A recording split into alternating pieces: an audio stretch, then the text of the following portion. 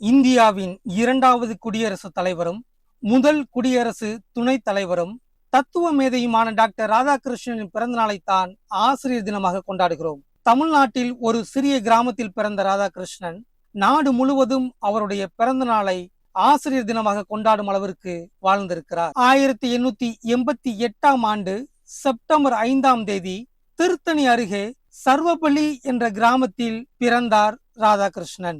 ஆரம்ப கல்வியை திருவள்ளூர் திருத்தணியில் படித்தார். தொடர்ந்து திருப்பதி லுத்ரன் மிஷன் உயர்பள்ளியில் படித்தார். பிறகு வேலூரில் உள்ள ஊரிஸ் கல்லூரியில் உயர்கல்வியை முடித்த ராதாகிருஷ்ணன் சென்னையில் உள்ள கிறித்துவ கல்லூரியில் தத்துவவியல் பாடத்தை தேர்ந்தெடுத்து படித்தார்.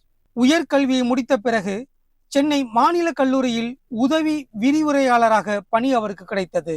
பிறகு மைசூர் பல்கலைக்கழகத்தில் தத்துவ பேராசிரியராகவும் பிறகு கல்கத்தா பல்கலைக்கழகத்தில் பேராசிரியராகவும் நியமிக்கப்பட்டார் ராதாகிருஷ்ணன்.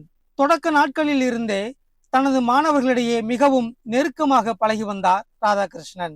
30 வயதுக்குள்ளாகவே பேராசிரியர் பணியை அவர் அடைந்தது இன்னொரு சிறப்பு. அவர் எழுதிய இந்திய தத்துவம் என்ற நூல் பல வெளிநாடுகளில் சொற்பொழிவு ஆற்றும் வாய்ப்புகளை அவருக்கு தேடித்தந்தது. முதலில் ஆந்திர பல்கலைக்கழகத்தில் துணைவேந்தர், பிறகு பனாரஸ் இந்து பல்கலைக்கழகத்தில் துணைவேந்தர், 1946ஆம் ஆண்டு யுனெஸ்கோவின் தூதரானார். சுதந்திரத்துக்கு பிறகு 1948ஆம் ஆண்டு பல்கலைக்கழக கல்வி ஆணைய தலைவராக நியமிக்கப்பட்டார் ராதாகிருஷ்ணன்.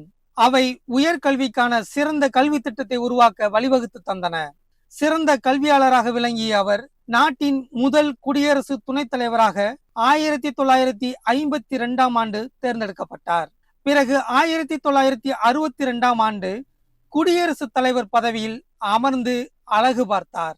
என் பிறந்த நாளை தனித்தனியாக கொண்டாடுவதற்கு பதிலாக இந்தியாவில் உள்ள அனைத்து ஆசிரியர்களுக்கும் மரியாதை செலுத்தும் விதமாக ஆசிரியர் தினமாக கடைபிடித்தால் அது எனக்கு பெருமை இருக்கும்.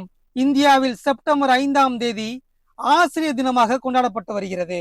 ஆசிரியர் தினத்தை வெறுமனே பெயரளவில் கொண்டாடாமல் கற்பித்தலில் சிறந்து விளங்கும் ஆசிரியர்களுக்கு டாக்டர் ராதாகிருஷ்ணனின் பெயரில் நல்லாசிரியர் விருது வழங்கி மத்திய மாநில அரசுகளின் இந்த செயல்பாட்டால் ஆசிரியர் பணிக்கு மட்டுமல்ல டாக்டர் ராதாகிருஷ்ணனுக்கும் செய்து வருகிற மிகப்பெரிய மரியாதையாகும்.